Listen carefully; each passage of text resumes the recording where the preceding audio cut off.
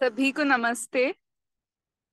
आज हमारे जो मनोविज्ञान एक विकल्प गोष्ठी में आप सभी का स्वागत है। हमारा ग्रुप प्रेजेंटेशन का जो क्रम है उसमें आज पहली प्रस्तुति है। अंडरस्टैंडिंग चाइल्ड साइकोलॉजी टॉपिक है और उसमें हम एज अ ग्रुप आज प्रस्तुति करने का एक प्रयास हमने तैयार किया है। वो आज हम प्रस्तुत करेंगे आप सभी के सामने।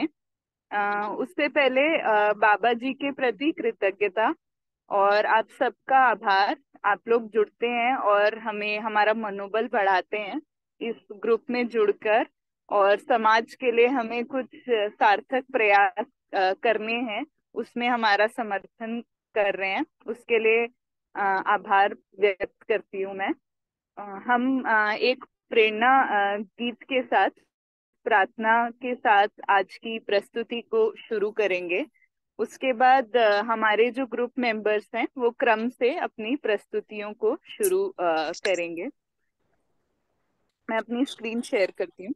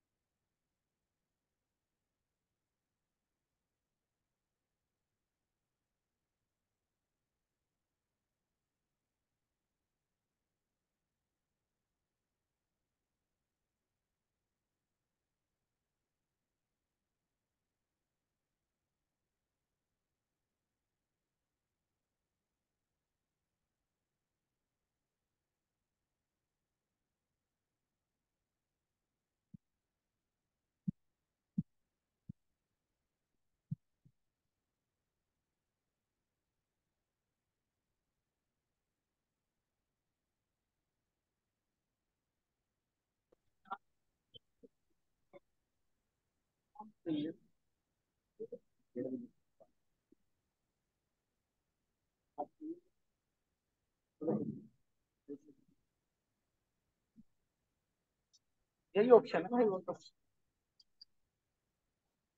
एक बार फिर से आप सभी का स्वागत है। इस प्रस्तुति के क्रम को आगे इस सेशन के क्रम को आगे बढ़ाते हुए मैं एक ग्रुप का एक परिचय और हमारा जो सब्जेक्ट है अंडरस्टैंडिंग चाइल्ड साइकोलॉजी, उसके बारे में एक पृष्ठभूमि देने के लिए नित्यानंद भैया को बुलाऊंगी। उससे पहले हमारा जो अभी तक का काम, ये जो हमने प्रयास किया, शुरू किया है, उसके बारे में थोड़ा सा ब्रीफली बताना चाहती हूँ। हमारा करीब 6 महीने से हमने ये ग्रुप को शुरू किया, जिसमें हमारा ये प्रयास है कि हम मनोविज्ञान जो सब्जेक्ट है, आज की जो समाज है, हमें लगता है कि मनोवैज्ञानिक जो इश्यूज हैं समाज में वो काफी गहरे रूप से दिखते हैं, और इसमें हमारी समझ बढ़ना, और हम जैसे समाज के लिए कुछ शुरू करना चाहते हैं, उसके लिए एक सार्थक प्रयास हम कर पाए, वो हमारा एक क्रम चल रहा है। उसके लिए हमारे कई सारे ऑफलाइन वर्कशॉप्स भी हुए, अभी तक 3 हुए हैं। चौथा वर्कशॉप हमारा दिसंबर में, 16 से 20 दिसंबर के लिए प्लान्ड है। और उसी वर्कशॉप्स की कुछ पूरी पूर्व तैयारी करने के लिए हम हफ्ते में 3 बार मिलते हैं। हमारा इसका जो विजन है वो एक लंबे समय करीब 12 साल के लिए मैत्री पूर्वक हम वेस्टर्न साइकोलॉजी को और इंडियन साइकोलॉजी को अभी समझने की कोशिश कर रहे हैं। उसी के साथ साथ मानव संचेतनावादी मनोविज्ञान जो पुस्तक है, जो मनोविज्ञान का एक तरह से विकल्प के रूप में हम सबको स्वीकार हुआ है, उसको हम पढ़ रहे हैं और उसको समझने की कोशिश कर रहे हैं। और उसमें अपने जीने से जुड़े कुछ रिफ्लेक्शंस जो हैं उसके बारे में आगे प्रस्तुति भी करेंगे। और हम उसको बेहतर कैसे समझ पाए उसके लिए कुछ प्रबोधकों का, कुछ दर्शन से जुड़े हुए कुछ स्टूडेंट्स का गाइडेंस हम लेते ही रहते हैं। अभी इस पूरे प्रयास में हमारा जो अप्रोच रहा, पहले 3 महीने हमने जो वेस्टर्न साइकोलॉजी जिसको कह रहे हैं उसकी कुछ थ्योरीज को समझा और उसको लिखा। आगे के हमारे प्रयास में इंडियन साइकोलॉजी को समझना, इंडियन साइकोलॉजी नहीं, इंडियन फिलॉसफी को समझना और वो साइकोलॉजी के करिकुलम में उसका क्या रोल है उसको समझना, ये हम प्रयास कर रहे हैं। साथ ही मानव संचेतनावादी मनोविज्ञान को इसके आगे के क्रम में हमारा प्रयास रहेगा उसको लिखने का। वो दिसंबर के बाद की हमारी शुरुआत होगी। उसके लिए कुछ पूर्व तैयारी है मनोविज्ञान को तात्विक, तार्किक और व्यवहारिक रूप से समझने के लिए, वो भी हम साथ में ग्रुप्स में प्रयास करेंगे। आज हमारे इस क्रम में अभी तक कुछ एक्सपर्ट्स ने अपनी प्रस्तुति दी कि हम इस सब्जेक्ट को बेहतर समझ पाए। इसके आगे अब हमारा ये प्रयास है कि ग्रुप्स ने जो भी काम किया है, उन्होंने अपने सब्जेक्ट का जो भी स्ट्रक्चर बनाया है उसको प्रेजेंट करें। उसकी कुछ जो तैयारी हुई है अभी तक उसको प्रेजेंट करें, और आगे की क्या तैयारी है, आगे की क्या प्लानिंग है, उसको भी ग्रुप्स प्रेजेंट करें। इस रूप में हमारा एक सम्मिलित कार्यक्रम रहे, ये प्रयास हमारा है। इसमें हम अभी जो चाइल्ड साइकोलॉजी का ग्रुप है, उस हर ग्रुप में हमारे कुछ कंटेंट राइटर्स हैं, एक्सपर्ट्स हैं और कुछ ऑब्जर्वर्स हैं। इसमें चाइल्ड साइकोलॉजी के ग्रुप में करीब हम 7 से 8 लोग रेगुलरली प्रयास कर रहे हैं काम करने की। हमारे एक्सपर्ट के रूप में एक रेनू दीदी हैं जो कई साल से रूडोल्फ स्टाइनर करके एक दार्शनिक रहे हैं, जिन्होंने एजुकेशन को बच्चे की डेवलपमेंट की साथ साथ उसकी हर जरूरत को क्या होती है, उसकी हर जरूरत हर एज में और उसको क्या देना चाहिए उस एज में, इस रूप से बहुत व्यवहारिक करिकुलम एक तैयार किया है, उसको वॉल्ड्रॉफ स्कूल कहते हैं। तो रेनू दीदी उसमें कई सालों से कार्यरत रही हैं। उनके हमें एज एक्सपर्ट रिफ्लेक्शंस मिलते हैं।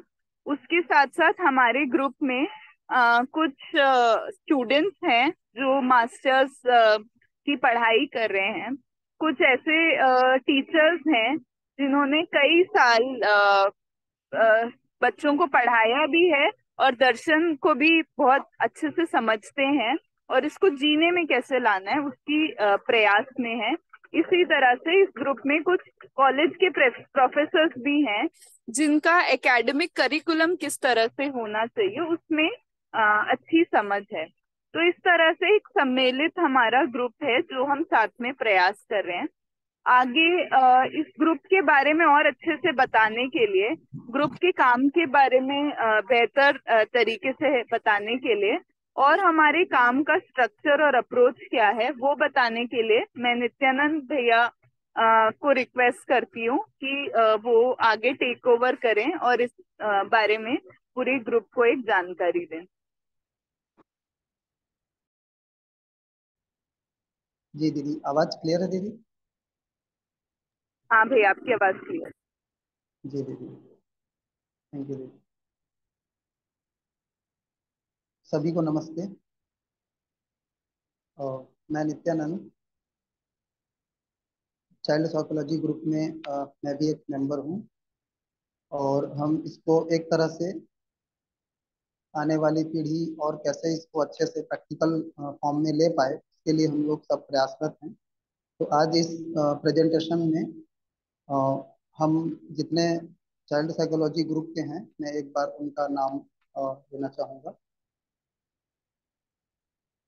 जैसे अभी आरती दीदी जी ने, है ना, बताया, रेनू भाटिया जी हैं दीदी जी, जयश्री दीदी जी हैं, रीना सोनवर्षा दीदी जी हैं, पवन कुमार भैया जी हैं, अपेक्षा गोहिल दीदी जी हैं, विजय मिर्चंदानी भैया जी हैं, रश्मि अग्रवाल दीदी जी हैं, और मैं साथ में हूँ, और हमारी कोऑर्डिनेटर के रूप में आरती दीदी जी साथ में हैं।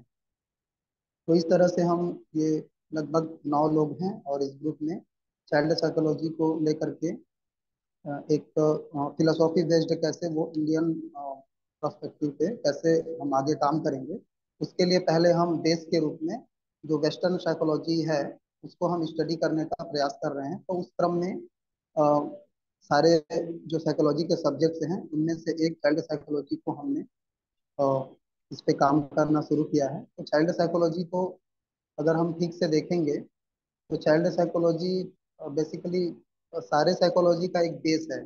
क्योंकि एक ह्यूमन बीइंग का अगर एक शरीर यात्रा को अपन देखेंगे, एक मानव की शरीर यात्रा की जो शुरुआत है तो कहीं ना कहीं माँ के गर्भ में होने से ही शुरुआत हो जाता है, और उसकी रेस्पॉन्सिबिलिटी के रूप में पेरेंट्स होते हैं।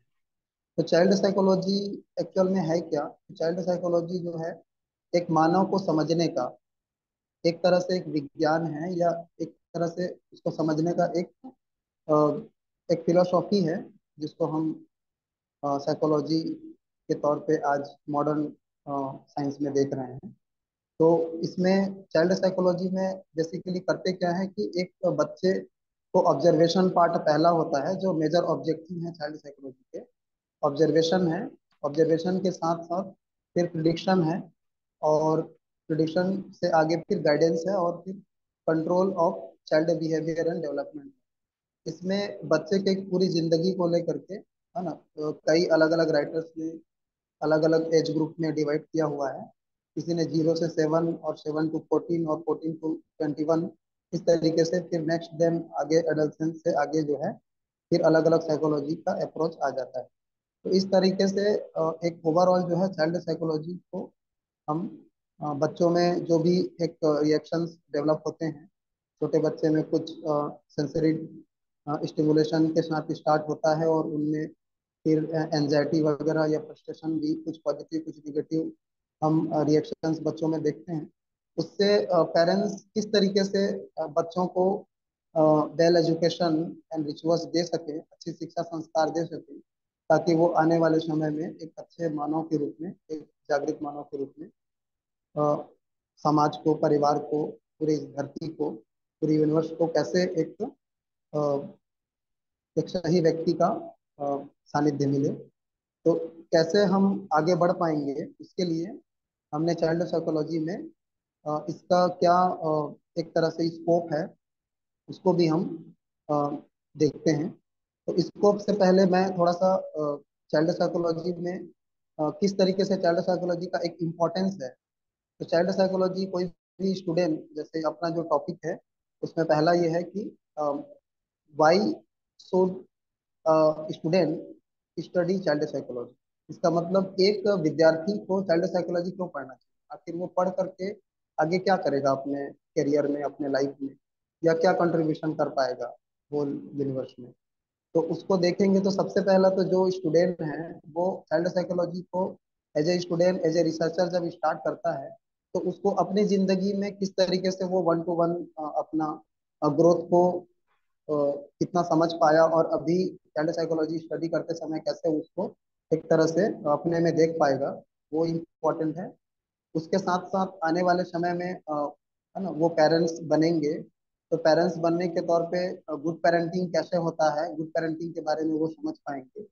इसके साथ फिर गुड पेरेंटिंग होते होते साथ में बच्चा स्कूल भी जाने लगेगा, तो स्कूल पे क्या उसके रिएक्शंस होंगे, स्कूल के साथ फिर सोसाइटी साथ में रहेगा ही। तो इस तरीके से ओवरऑल नेचर के साथ और पूरे फैमिली सोसाइटी के साथ कैसे बच्चे का पर्सनालिटी डेवलपमेंट और उसका गाइडेंस, ओवरऑल उसका बिहेवियर और डेवलपमेंट कैसे हो, इन सारी चीज़ों को एक स्टूडेंट से वो पास आउट होगा तो स्टूडेंट भी आगे चलकर एक वेल एजुकेटेड के साथ साथ जो है गुड पेरेंटिंग के फॉर्म पे वो आ पाएंगे। ये एक अ, जो है पर्सपेक्टिव जो है हमको दिखता है। इसके साथ साथ अगर हम ठीक से देखें तो चाइल्ड साइकोलॉजी का स्कोप जो है, as a student as a researcher जो है आगे जा करके जॉब प्लेसमेंट के लिए क्या कर पाएंगे। तो इस पर मेरा ध्यान जो है वो दो भागों में गया। एक तो नॉन एकेडमिक और एक एकेडमिक। नॉन एकेडमिक में देखेंगे तो जैसे अभी एक तो स्वयं की जिंदगी, स्वयं के खुद की यात्रा को देख पाना, फिर साथ ही साथ एक यूथ के तौर पे एक किसी भी जैसे साइकोलॉजी में से चाइल्ड साइकोलॉजी पे अगर वो पीएचडी कर रहे हैं या फिर उस पर कोई और मास्टर डिग्री कर रहे हैं या उस पर रिसर्च कर रहे हैं, तो एक रिसर्च स्कॉलर के तौर पे चाइल्ड साइकोलॉजी के नॉन एकेडमिक में स्वयं की खुद की जिंदगी, उसके साथ साथ फिर आगे जो है जैसे एक पेरेंट होने के नाते परिवार में अपने बच्चों पे किस तरीके से उसका एक इम्प्लीमेंट कर पाना, अपने बच्चों को अच्छे से एजुकेशन दे पाना, उनके अच्छे शिक्षा संस्कार दे पाना, तो इसके लिए साइकोलॉजी की समझ होना बहुत इंपॉर्टेंट लगता है। क्योंकि सारे साइकोलॉजी का बेस आधार जो है वो चाइल्ड साइकोलॉजी इस बेस पे है। हमको जब तक बच्चे के उसके चाइल्डहुड में हमको समझ में नहीं आता है कि बच्चा किस तरीके से रिएक्ट कर रहा है, उसमें कौन से पॉजिटिविटी है, कौन से नेगेटिविटी एंजाइटी के रूप में आ रहे हैं, और उसको कैसे हमको डील करना है एज ए पेरेंट्स, दूसरों के साथ बच्चों के साथ कैसे खेलता है, उसमें क्या प्रॉब्लम्स आते हैं, बड़ों के साथ कैसे रहता है, स्कूलिंग में कैसा है, सोसाइटी में कैसा है, तो ये सारी चीज़ों की समझ एज ए पेरेंट्स को भी होना मोस्ट इम्पोर्टेंट है। पेरेंट्स के साथ साथ जैसे ही बच्चा स्कूल जाता है तो स्कूल में भी अ, एक तरह से टीचर को अनफेमिलियर होते हैं, अनफेमिलियर के साथ फेमिलियर कैसे बने, बच्चों के साथ बातचीत कैसे करें, उसके लिए भी टीचर्स को जो है चाइल्ड साइकोलॉजी की समझ होना मोस्ट इम्पोर्टेंट है। अगर ये समझ पाएंगे तो फिर स्कूल में किस तरीके से बच्चे का जो है बच्चे को क्या नीड है ना, बच्चे को फेमिलियर होने के साथ साथ हर पल हर क्षण कुछ न कुछ बच्चे को चाहिए। तो उस समय में टीचिंग के दौरान या फिर प्लेइंग के दौरान जो भी उनको उनका कॉग्निटिव डेवलपमेंट कैसे करना है, उनका मोटर डेवलपमेंट कैसे करना है, उनमें लर्निंग किस तरीके से हो रहा है, तो ओवरऑल जो है बच्चों में जो भी रिएक्शंस हो रहे हैं उसको एक्टिविटीज के थ्रू है ना कैसे उनमें उनको पर्सनालिटी डेवलपमेंट के साथ हम आगे ले पाए।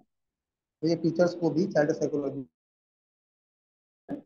जरूरी है। तो इस तरीके से एक नॉन एकेडमिक ग्रुप में देखें तो स्वयं की जिंदगी पर और परिवार पे इसका इफेक्ट दिखता है।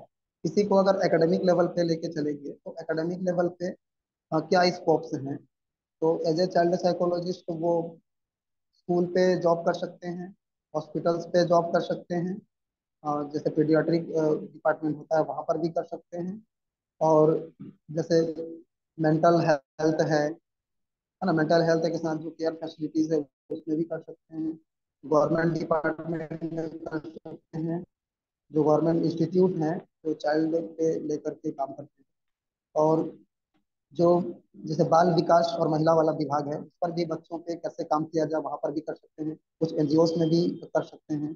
तो इस तरीके से बहुत सारे हमारे पास ऑप्शंस हैं कि चाइल्ड साइकोलॉजी की समझ के साथ हम किस तरीके से आगे बढ़ेंगे। इसके साथ साथ हमको चाइल्ड साइकोलॉजी की समझ के लिए हमको खुद को अपने बचपन के साथ इसको एक तरह से कनेक्ट करके देखना जरूरी है। अगर ऐसा कर पाते हैं तो फिर हम बच्चों को बिना स्कॉल्डिंग किए, बिना डांटे है ना, या बिना और कोई भी पनिशमेंट किए कैसे हम बच्चों का जो बिहेवियर है उसको कैसे डेवलप करें विद सॉल्यूशन।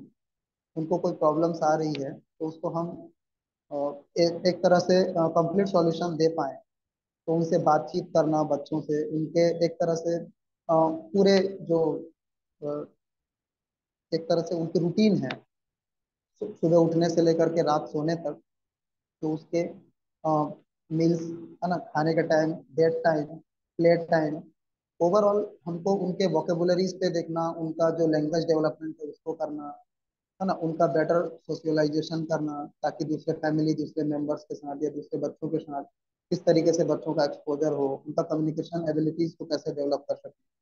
तो ओवरऑल देखेंगे तो है ना, स्वयं की जिंदगी से लेकर के, है ना, एक अच्छे पेरेंट्स होने के साथ साथ हमको आगे सोसाइटी में और ओवरऑल पूरे इन्वायरमेंट में किस तरीके से कंट्रीब्यूशन हम दे पाए।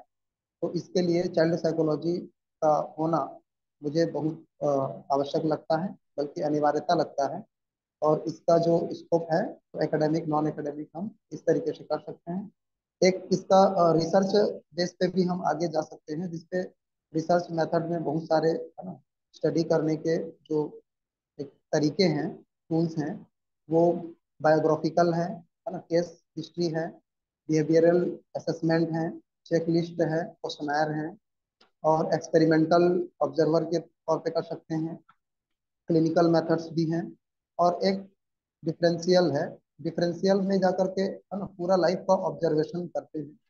तो इस तरीके से हम केवल प्रॉमिस या फिर एक कंसिडरेशन पे ना चल के हम रियलिटी बेस पे और एक्सपेरिमेंटल बेस पे अपने लाइफ के साथ और अपने आने वाले पीढ़ी बच्चों के साथ, यूथ जनरेशन के साथ हम अच्छे से कनेक्ट हो पाएंगे, और एक अच्छा फुलफिल हैप्पीनेस के साथ में, प्रॉस्पेरिटी के साथ में हम अपने जिंदगी को आगे बढ़ा सकते हैं। तो मुझे इतना ही बात रखना। आगे के लिए मैं जो एक बुक पे अपनी बात रखेंगे, अपेक्षा गोहिल दीदी जी।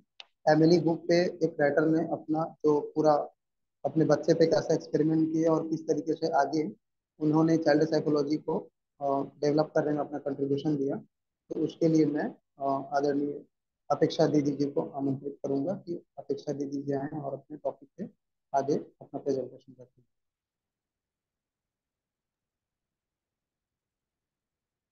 नमस्ते सभी को। नमस्ते दीदी।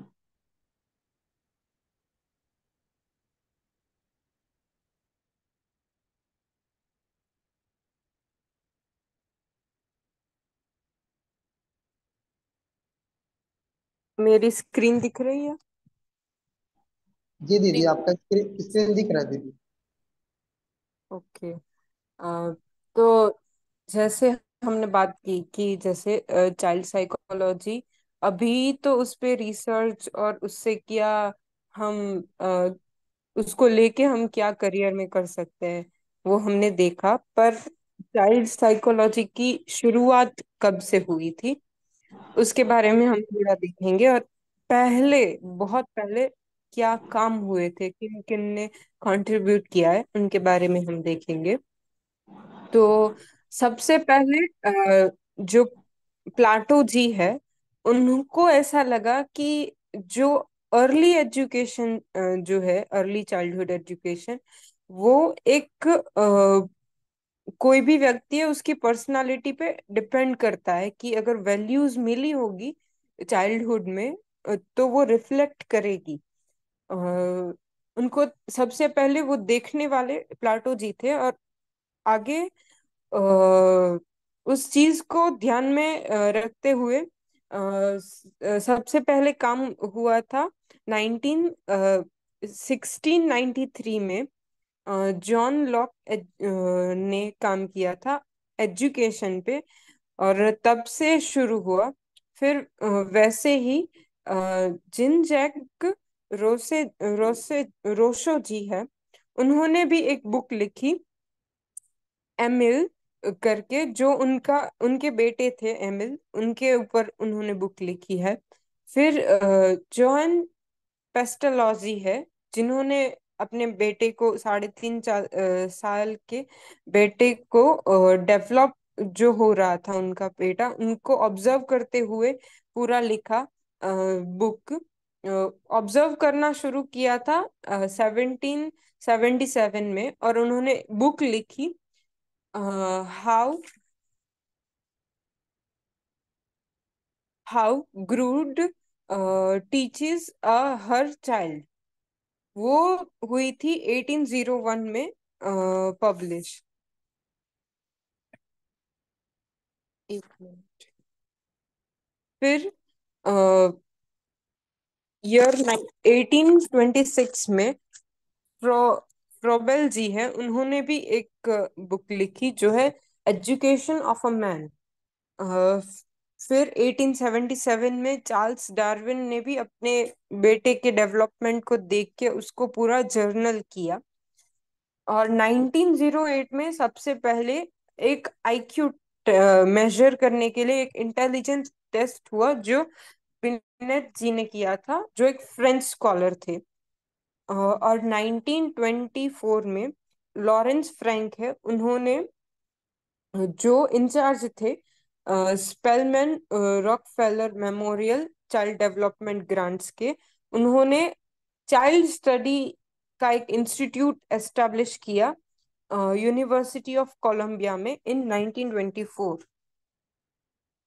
और कुछ बुक्स भी है जिसमें अच्छे से काम किया हुआ है, वो लिखा है, जिनमें से एक है the origin of the species by Charles Darwin.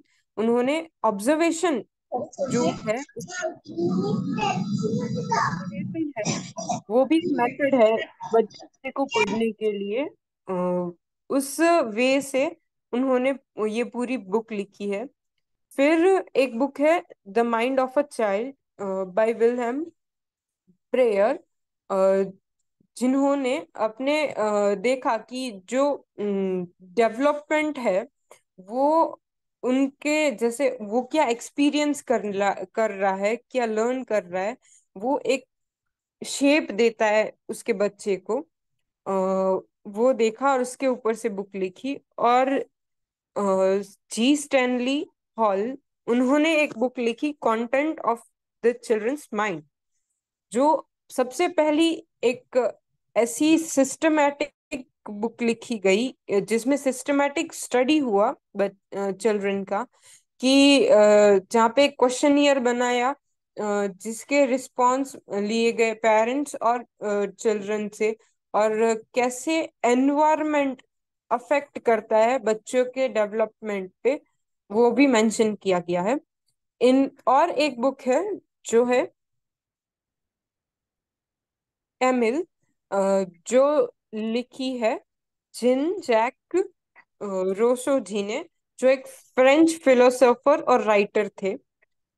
अ, उस बुक में क्या है, जो रोशो जी थे, उनके बेटे एमिल जो थे, अ, उसका पूरा कैसे उन्होंने उसके बेटे को बड़ा किया।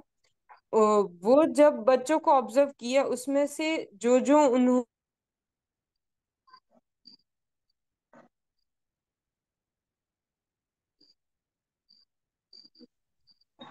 उनके बेटे को पूरे अलग एनवायरनमेंट में बड़ा किया, जहाँ पे वो और एक ट्यूटर मिलके उसको सब सिखाते थे। और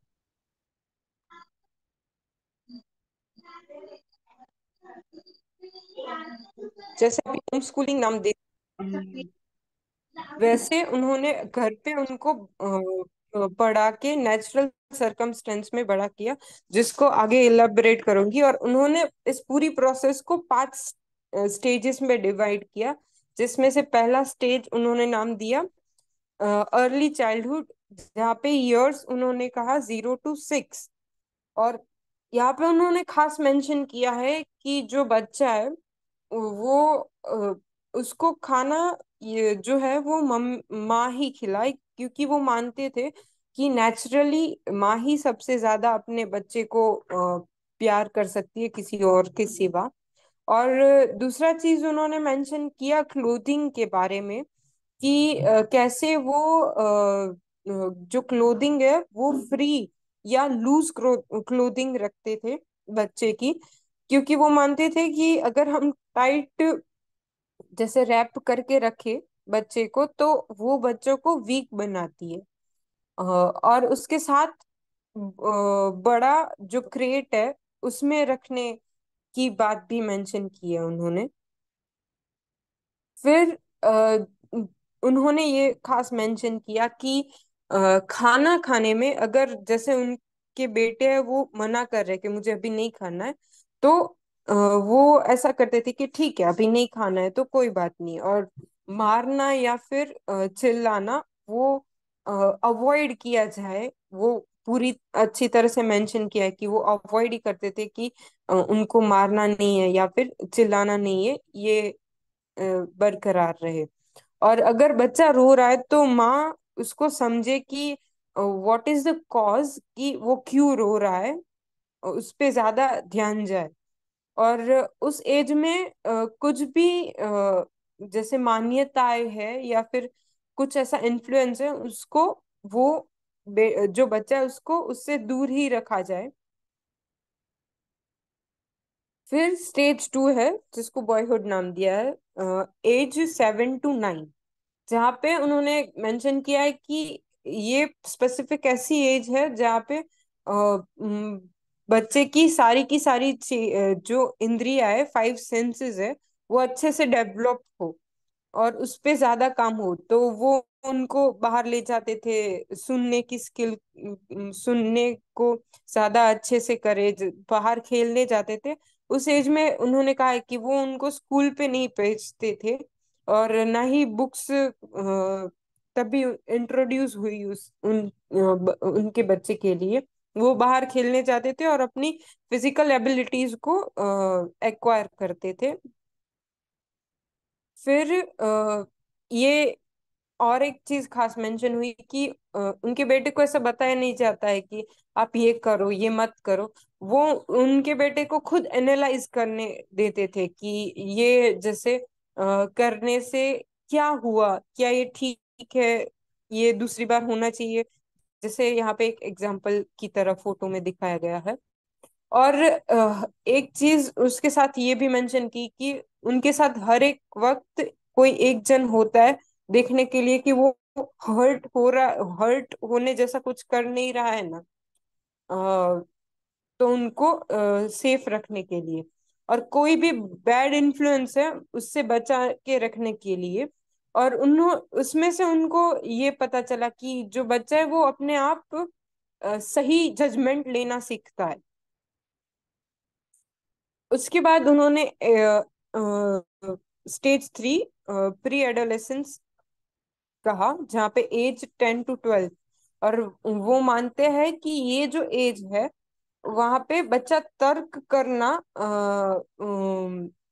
सीख जाता है, और चीजें जो है वो जैसे सेल्फ डायरेक्ट लर्निंग से जाती है, और उसी के वजह से जो एक नेसेसरी डिसिप्लिन है कोई भी नॉलेज को एक्वायर करने के लिए, वो मिलता है अगर जो लर्निंग है वो सेल्फ डायरेक्टेड है। और वही होता था कि अगर उस एज में अगर वो कहता है कि उसको हिस्ट्री पढ़ना है तो वो हिस्ट्री पढ़ेगा, उसी तरह से उसके इंटरेस्ट को रिस्पेक्ट करते हुए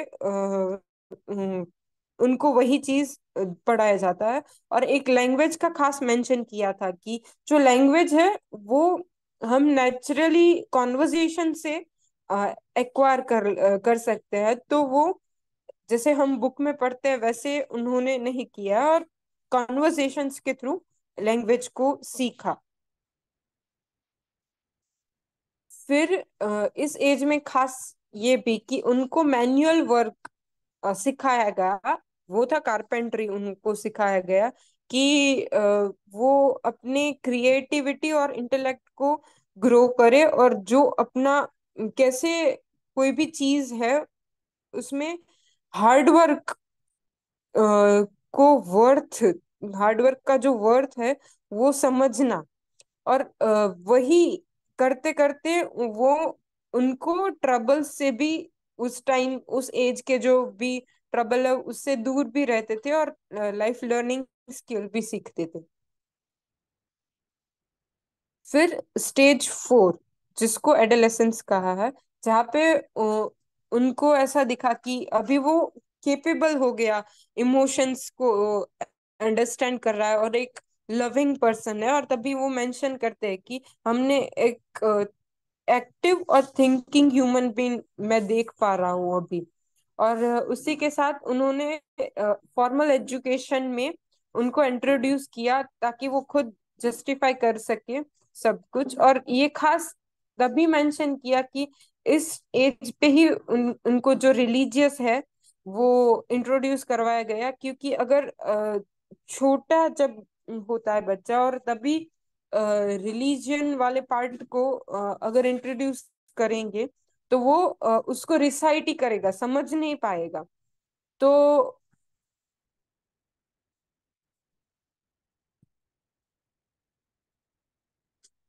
इसी के साथ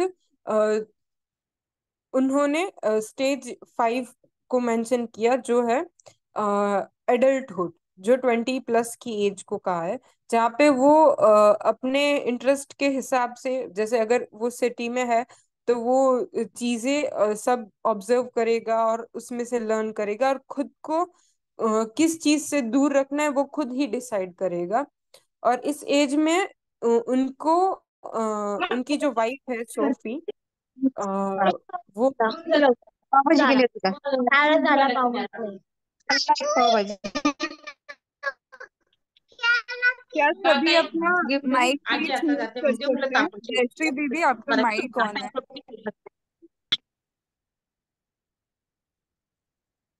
जी, अपेक्षा आप कंटिन्यू कर दीजिए। हाँ, तो तब मेंशन किया कि जो अडल्टहुड वाला जो पार्ट है, जब इमाइल जी है उनको उन्होंने सोफी के साथ मैरिज करना डिसाइड किया और वो उनकी वाइफ बनी, तो तभी जो रूजो जी है उन्होंने ऐसा मेंशन किया हुआ है कि जो इमाइल है वो लीड करेगा, और जो सोफी है वो उसके डिसीजन को आगे बढ़ाएगी। और उसमें ऐसा भी मेंशन हुआ था कि वुमेन जो है शुड बी लाइक, उनको जो हम कह रहे हैं वही लीड करना है, ऐसा मेंशन हुआ।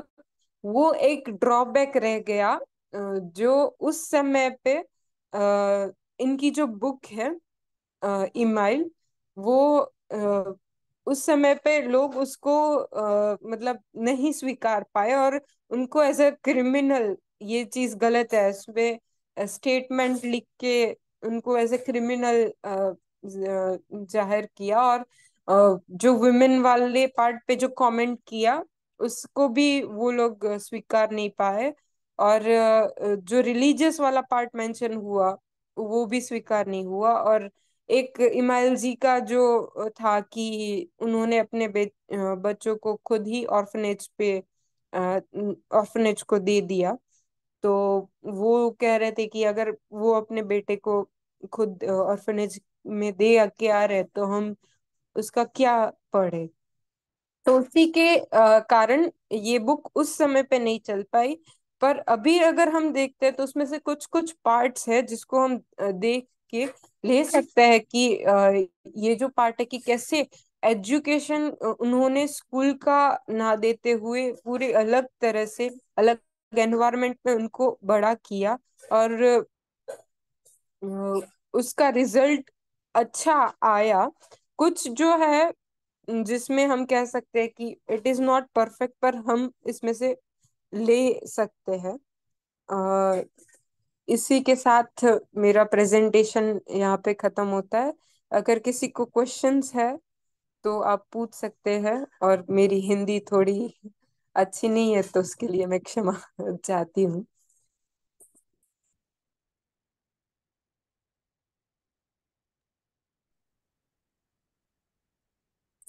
हाँ, अब आप सभी कुछ भी प्रश्न हो, कोई क्लैरिटी हो जो ग्रुप से चाहते हो, वो हम ले सकते हैं। हमने इस पूरी प्रस्तुति के लिए एज अ ग्रुप काम किया है। आगे का जो क्रम है वो इस तरह से रहेगा। हम अभी जितने भी एक स्टडी मटेरियल तैयार किया है, वो करीब 100 पेजों का स्टडी मटेरियल है। उसको हम सभी पढ़ रहे हैं, और उसमें जैसे कुछ लाइफ स्केचेस लिखने हैं, उसके कुछ प्रैक्टिकल टूल्स हैं, उसको डेवलप करना है समझने के लिए। फिर स्टूडेंट्स के लिए कुछ एक्टिविटीज हैं, उसको डेवलप करनी है।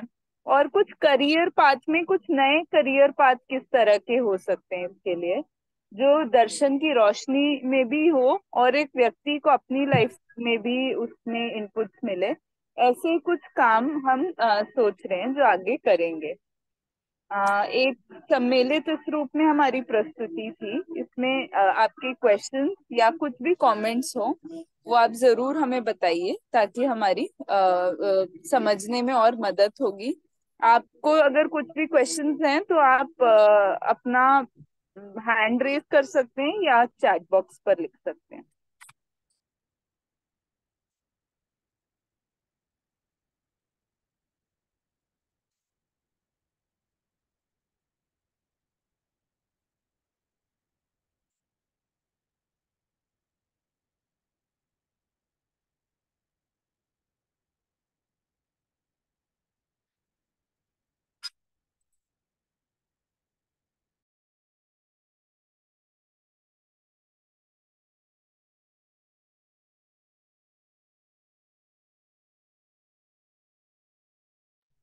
हाँ, ठीक है। कोई प्रश्न अगर नहीं है तो आज की प्रस्तुति हम यहीं पे रोकते हैं। हम सैटरडे को फिर मिलेंगे और मानव संचेतनावादी मनोविज्ञान की जो पुस्तक है उसमें हर ग्रुप के कोई रिप्रेजेंटेटिव्स हमारे सामने प्रस्तुत करेंगे। इसकी एक पृष्ठभूमि को हम समझने की कोशिश करेंगे। दर्शन के छात्र होने के नाते हमारे अपने जिंदगी में और हमारी अपनी समझ में मानव संचेतनावादी मनोविज्ञान किस रूप से सहायक है और उसको हमें कैसे पढ़ना चाहिए, उस पर हम सभी अपनी बात को रखेंगे। तब तक के लिए आप सभी अपनी ग्रुप की मीटिंग से आपको लाभ हो रहा होगा और आपको ये काम करते हुए अपनी दर्शन की समझ और जीने की समझ बढ़ रही होगी, ऐसी अपेक्षा करते हुए मैं आज की प्रस्तुति को यहीं रोकती हूँ। जुड़ने के लिए आप सभी का धन्यवाद। दीदी सभी को नमस्ते।